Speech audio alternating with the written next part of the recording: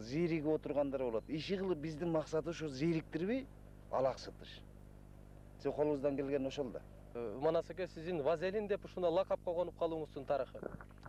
Бул тарыхы, бул ар бир эле жаш баланын психологиясы.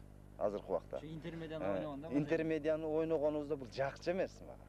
Бир достун үйүнө барып калсак, жаш баласы бар экен, 4 жашар. Ай, бул өлтүрөт, бул демек любой тамга канча өзүмдү эзип таштайт деди да. Мактана берди. Мейли деп көңүл бурдук дагы. Кана десек мындай карап туруп эле бир Вазелин таап, окучу десе Вазелини деп койду. Анан тигиндегин окуган экен, МОСК. Эмне болду десе Вазелин дейт. Рекеттериңдин дагы кээ бирде карап турсаң, өңдөрүнүн өзгөргөн кезин көрчү эмесмин да. Себеби бардыгы эле агы рекетти болобу, бардыгы эле рекет көрүнө берет экен. Эми рекет деген кандай неме чыгыштат чыгарып алган? Крутой деп коет экен мындайларды.